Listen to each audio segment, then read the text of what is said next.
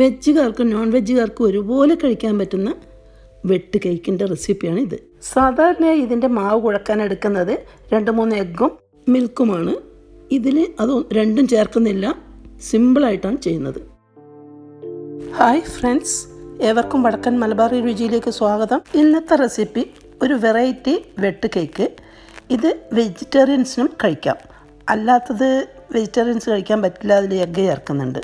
ഈ വെട്ട് കേക്കിൻ്റെ ഇൻഗ്രീഡിയൻസ് 2 കപ്പ് മൈദ, 2 ടേബിൾ സ്പൂൺ റവ, 1 ടേബിൾ സ്പൂൺ അരിപ്പൊടി, 1/2 കപ്പ് ഷുഗർ ഏലക്കായിട്ട് പൊടിച്ചത്, 2 teaspoon ghee, 1/2 teaspoon baking soda, 1/4 teaspoon ഉപ്പുപൊടി. ഈ പറഞ്ഞ ഇൻഗ്രീഡിയൻസ് ഒക്കെ ഒരു വലിയ ബൗളിലിട്ടിട്ട് എല്ലാം ഒന്ന് നന്നായിട്ട് മിക്സ് ചെയ്യണം. നമ്മളിപ്പോൾ റെഡിയാക്കുന്നത് നല്ല ടേസ്റ്റി ആയിട്ടുള്ള ഈവനിങ് സ്നാക്കാണ്. കുട്ടികൾക്കും വലിയവർക്കും ഒരുപോലെ ഇഷ്ടപ്പെടും. ഗീ ഒഴികെ മറ്റുള്ള ഇൻഗ്രീഡിയൻസാണ് സ്പൂൺ കൊണ്ട് മിക്സ് ചെയ്തിട്ടുള്ളത്. ഇനി ഗീ ചേർത്ത് കൊടുത്ത് കൈ കൊണ്ട് തന്നെ നന്നായിട്ടൊന്ന് മിക്സ് ചെയ്യണം. ശേഷം നമുക്ക് ആവശ്യമുള്ള വെള്ളം ഒഴിച്ചിട്ട് ചപ്പാത്തി മാവിനേക്കാളും ഇത്തിരി അയവിൽ കുഴച്ചെടുക്കുക. നല്ല മയത്തിൽ കുഴച്ചെടുത്തിട്ടുണ്ട്. ഇതാണ് അതിൻ്റെ പാകം. ഇനിയിപ്പം ഒരു അരമണിക്കൂർ മാറ്റി വെക്കുകയാണ്. അപ്പോൾ ഇതിൽ ചേർത്തിട്ടുള്ള റവയൊക്കെ ഒന്ന് കുതിർന്ന് വരും. ശേഷം നമുക്ക് ഈ വെട്ട് കേക്ക് ഉണ്ടാക്കാം. ഇതാണ് മാവ് കുഴച്ചെടുക്കുന്നതിൻ്റെ പാകം. ഇനി ഇത്തിരി ഓയിൽ മുകളിൽ തടവിയിട്ട് ഒരു അരമണിക്കൂർ മാറ്റി വെക്കുക. ഞാനൊരു ഗ്ലാസ് പേപ്പർ കവർ ഇട്ട് കൊടുത്തിട്ടുണ്ട്. അരമണിക്കൂറിന് ശേഷം നമുക്കിത് ഓപ്പൺ ചെയ്ത് നോക്കാം.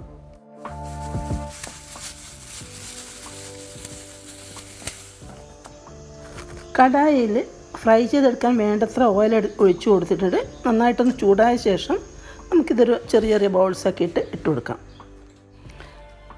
സാധാരണ വെട്ട് കേക്കിൻ്റെ മാവ് കുഴച്ചെടുക്കുന്നത് എഗ്ഗും നമ്മുടെ മിൽക്കും ചേർത്തിട്ടാണ്. അത് ബാക്കി ഇൻഗ്രീഡിയൻസും. ഇതിൽ എഗ്ഗോ മിൽക്കോ ഒന്നും ചേർക്കുന്നില്ല. ഒരു ഈസി ആയിട്ട് ചെയ്തെടുക്കുന്ന ഒരു വെട്ട് കേക്കാണ്. അതുപോലെ തന്നെ നമ്മൾ പരത്തിയെടുത്തിട്ട് കട്ട് ചെയ്തിട്ട് ചെറിയൊരു ഓരോ സ്ക്വയറും ചെറിയൊരു കട്ട് കൊടുത്തിട്ടാണ് ഫ്രൈ ചെയ്യുന്നത്. അതൊന്നും ചെയ്യുന്നില്ല. നമ്മൾ എളുപ്പത്തിൽ ഓരോ ചെറിയ ചെറിയ ബോൾസ് മുറുക്കി പിടിക്കാതെ ലൂസായിട്ട് പിടിച്ചിട്ട് ഇട്ട് കൊടുക്കുക. അത് വെന്ത് വരുമ്പം പൊട്ടി വന്നോളും.